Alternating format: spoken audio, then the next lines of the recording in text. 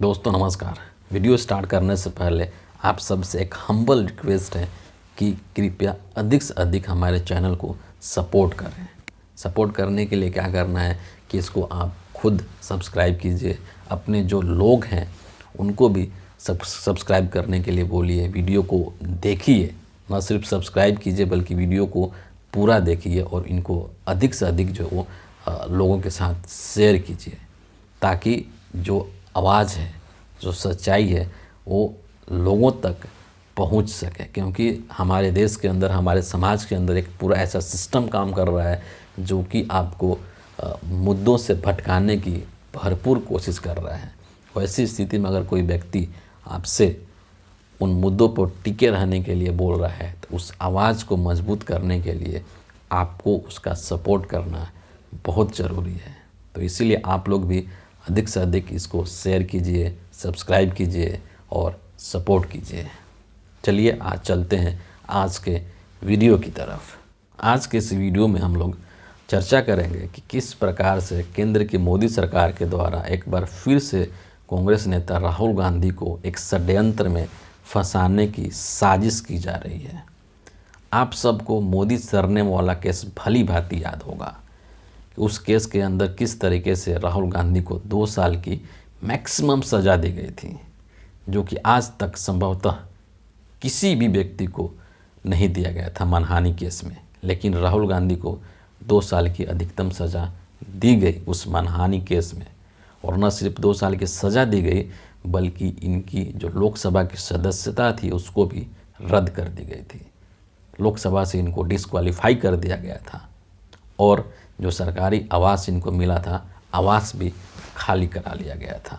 और बाद में जब ये मामला सुप्रीम कोर्ट में पहुंचा था तो सुप्रीम कोर्ट में राहुल गांधी की जीत हुई थी और राहुल गांधी की जो लोकसभा सदस्यता है वो पुनः बहाल हुई थी। उस टाइम में नरेंद्र मोदी की और केंद्र सरकार की बहुत किरकिरी हुई थी, लेकिन ये लोग मानने वाले लोगों में से नहीं हैं, क्योंकि इनको हर हालत में अपने राजनीतिक लाभ दिखाई देता है कि कुछ भी करने से अगर राजनीतिक लाभ होता है तो कर डालो। वो सही है, गलत है, अवैध है, गैर कानूनी है, इन सब चीज़ों से कोई मतलब नहीं है। बस राजनीतिक लाभ होना चाहिए। और एक बार फिर से उसी राजनीतिक लाभ से प्रेरित होकर के इनको फंसाया जा रहा है मानहानि केस में। ये मामला 2018 का है, ये मामला आज का भी नहीं है, 2018 का है।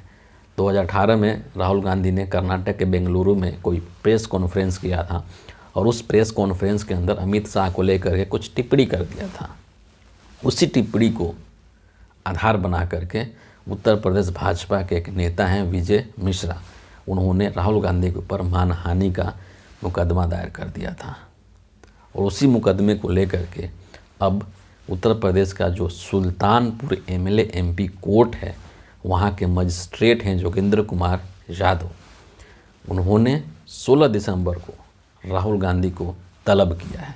यानी कि उस एमएलए एमपी कोर्ट में राहुल गांधी को उपस्थित होना होगा। आप थोड़ा सा समझने की कोशिश कीजिए कि आखिर क्यों ये सब जो चीज़ें हैं वो राहुल गांधी के अगेंस्ट हो रही हैं। राहुल गांधी को क्यों टारगेट कर रहे हैं नरेंद्र मोदी? इसका जवाब बहुत सीधा सा है। आप ध्यान देंगे कि पूरे देश के अंदर इकलौता ऐसा नेता है राहुल गांधी जो कि नरेंद्र मोदी से सीधा सवाल पूछता है और नरेंद्र मोदी को असहज कर देता है, उनको बैकफुट पर ला देता है। और ये चीज़ें मोदी को बर्दाश्त नहीं है कि कोई उनके ऊपर प्रश्न चिन्ह लगाए।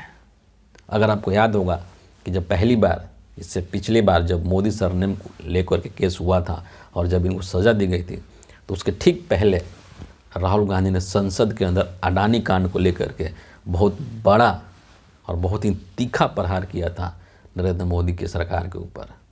और उनके किसी भी सवालों का जवाब मोदी के पास नहीं था और मोदी सरकार को वो जो सवाल थे वो बहुत ही चुभे थे।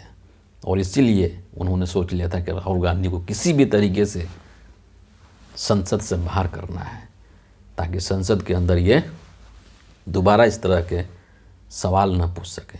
क्योंकि संसद में जो सवाल किए जाते हैं या संसद में जो भाषण दिए जाते हैं वो रिकॉर्ड में चला जाता है। तो इसीलिए उस टाइम पर इनको बाहर किया गया था और एक बार फिर से इनको संसद से बाहर करने की कोशिश की जा रही है। और इस बार जो मुख्य वजह है वो ये है कि 2024 के अंदर जो लोकसभा चुनाव है, उस चुनाव से किस तरीके से राहुल गांधी को बाहर किया जाए ताकि ये चुनाव ही न लड़ पाए। तो इसीलिए ये लोग जो है राहुल गांधी को इतना टारगेट कर रहे हैं। दोस्तों, आप सबको ये चीज़ भली भांति आपको पता होगा, आप समझ रहे होंगे कि भारत जोड़ो यात्रा के बाद से राहुल गांधी की एक अलग छवि निकल करके देश के सामने आई है और लोगों के अंदर इनकी लोकप्रियता बहुत ज़्यादा बढ़ गई है। न सिर्फ लोकप्रियता बढ़ी है बल्कि लोगों के अंदर इनकी स्वीकार्यता भी बढ़ गई है। और इसी चीज़ से केंद्र की मोदी सरकार की बेचैनी बढ़ी हुई है। और सिर्फ इतना ही नहीं है बल्कि अभी जो राज्यों के अंदर विधानसभा का चुनाव होने वाला है, अभी 5 राज्यों के अंदर चुनाव होने वाला है जिसमें कि 4 राज्यों के अंदर हो चुका है और तेलंगाना के अंदर जो है चुनाव वो 30 नवंबर को होने वाला है। और जिस तरीके से आंकड़े, जिस तरीके से जो सर्वे निकल करके आ रहे हैं, उससे ये साफ पता चल रहा है कि इन 5 राज्यों के अंदर बीजेपी की स्थिति कितनी नाजुक है, इनकी स्थिति कितनी खराब है। और दूसरी तरफ जो कांग्रेस की स्थिति है वो बहुत ही मजबूत है। कांग्रेस इन राज्यों के अंदर सरकार बनाने की स्थिति में है, चाहे वो छत्तीसगढ़ हो, एमपी हो, तेलंगाना हो, हर जगह पे कांग्रेस सरकार बनाने की स्थिति में है और बीजेपी वहाँ पर राजनीतिक हार का सामना करती हुई प्रतीत हो रही है। और ये जब सब चीज़ें हैं कहीं ना कहीं केंद्र की मोदी सरकार को, नरेंद्र मोदी को और अमित शाह को असहज कर रही हैं, उनके अंदर एक डर पैदा कर रही हैं। और इसीलिए ये लोग राहुल गांधी के ऊपर इस तरीके से हमला कर रहे हैं, उनको इस तरीके से टारगेट कर रहे हैं। लेकिन यहाँ पर एक और बहुत ही महत्वपूर्ण सवाल है कि क्या ये सब चीज़ें कर करके नरेंद्र मोदी को राजनीतिक लाभ मिल जाएगा? पर्सनली मुझे लगता है कि ऐसा कतई नहीं होने वाला है, क्योंकि ये जो व्यक्ति है इसके अंदर एक नैतिक बल है। जो राहुल गांधी हैं इनके अंदर एक नैतिक बल है जो कि लगातार जनता से जुड़े हुए मुद्दे को उठा रहे हैं, जन सरोकार से संबंधित जो मुद्दे हैं उसको उठा रहे हैं और दूसरी तरफ समाज के अलग अलग लोगों से जा कर के मिल रहे हैं, उनसे कनेक्ट कर रहे हैं। और इसीलिए इनकी स्वीकार्यता इतनी बढ़ी हुई है और बढ़ चुकी है, जो कि मोदी जी के लिए मुश्किलें पैदा कर रही हैं। राहुल गांधी साफ साफ अपने भाषणों में ये चीज़ आजकल बोलते हुए नज़र आ रहे हैं कि केंद्र की मोदी सरकार ने मेरे ऊपर 24 केस किए हैं और उन 24 केसों को मैं अपने छाती पर मेडल की तरह सजा करके रखा है। तो इतना निर्भीक, इतना निडर होकर के जो व्यक्ति केंद्र सरकार से, मोदी सरकार से सवाल पूछ रहा है, वो कैसे पीछे हट सकता है? उसके पीछे हटने का कोई सवाल ही नहीं पैदा है, क्योंकि वो जानता है कि वो जो राजनीति कर रहा है वो बहुत ही सही दिशा में राजनीति कर रहा है। वो जन सरोकार के मुद्दे पर राजनीति कर रहा है, वो रियल पॉलिटिक्स कर रहा है और इसीलिए उसके अंदर एक नैतिक बल है जिसका सामना केंद्र की मोदी सरकार नहीं कर पा रही है और इसीलिए इनको रास्ते से हटाना चाह रही है।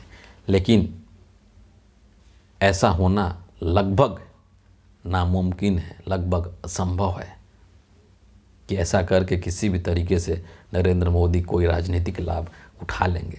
क्योंकि एक और चीज़ ध्यान देने वाली बात है कि जिस तरीके से केंद्र की जो एजेंसियां हैं, खास करके जो सीबीआई है, ईडी है, इसका इस्तेमाल किस तरीके से केंद्र के मोदी सरकार के द्वारा की जा रही है, ये अभी के समय में ये पब्लिक डोमेन में आ चुका है।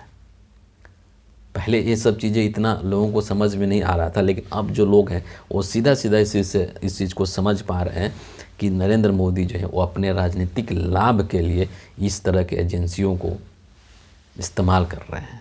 और इसीलिए राहुल गांधी बोलते हैं कि मुझे ना तो तुम्हारे ईडी का डर है, ना सीबीआई का डर है, ना इनकम टैक्स का डर है। तुम मुझे जेल में डाल दो, तुम मुझे लोकसभा से बाहर कर दो, लेकिन मैं सवाल पूछता रहूँगा।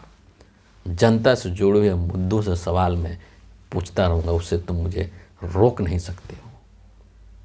और यही सब जो चीज़ें हैं वो केंद्र की मोदी सरकार के लिए, अमित शाह के लिए मुश्किलें पैदा कर रहा है।